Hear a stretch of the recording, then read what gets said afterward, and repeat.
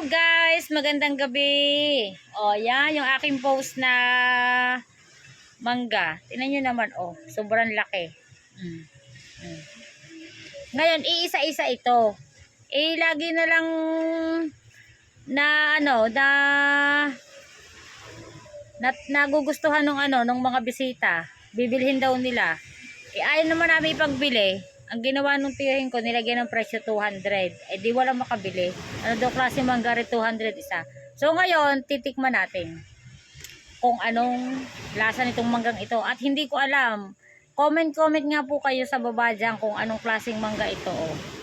Hindi naman kinalabaw, hindi naman piko, hindi naman kinabayo. Malaki pa sa mukha ko. Okay. Diyos mio. Kalaki. Titingnan ko. Kakatakot eh.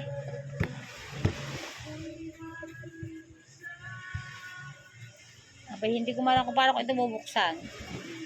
Kapiraso lang ang bubuksan ko para lang matikman ko kung ano. Oh, amoy na amoy ko ang aroma. Nandito pa rin po kami sa dagat at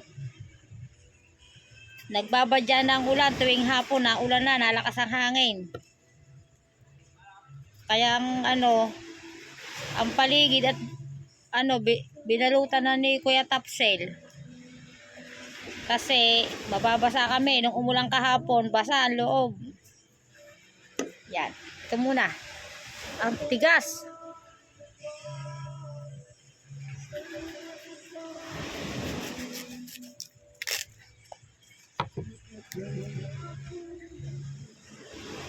Para malaman yung legit na ayan yung manggang tinalupan ko yung malaki.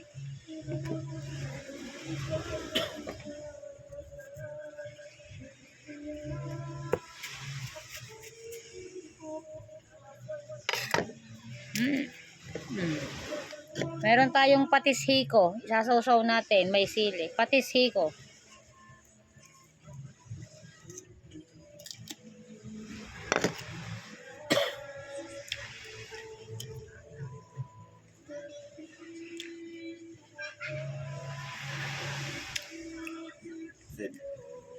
Hindi.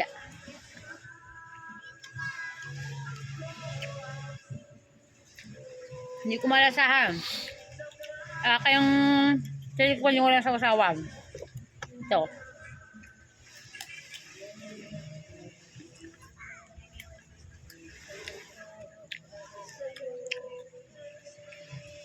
Lasang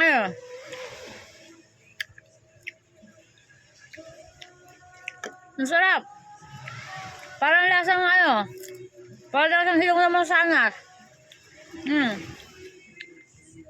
Ang itim ko Ba't yun to itsura ko? Ay, parang hilong naman sanas. Matabang. Tikman mo. Ang sarap. Ang sarap. Ang sarap. Tigas na. Matigas siya. Na parang hindi naman siya matamis. Hindi siya matamis. Tapos, wala siyang kaasim-asim. Para kang kumain ba nung green apple? Green apple? Ganon siya. Shout out Ate Dule. Sa iyo galing ito daw, sa Balayan. Ate Dule, pahingi ako.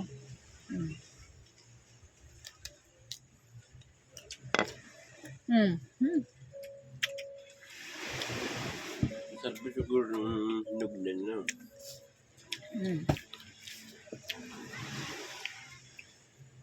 Ngayon ay alas 10 ng gabi. Diba? Ngayon lang kasi tumahimik dito. May ubos ang bisita. Kasi ngayon linggo na. Linggo na gabi. Ang sarap. Para kayong kumain ng green apple. Ano kayang ko? Manggang ito. Hindi mo i-receiving ang kinakain mo yung mangga.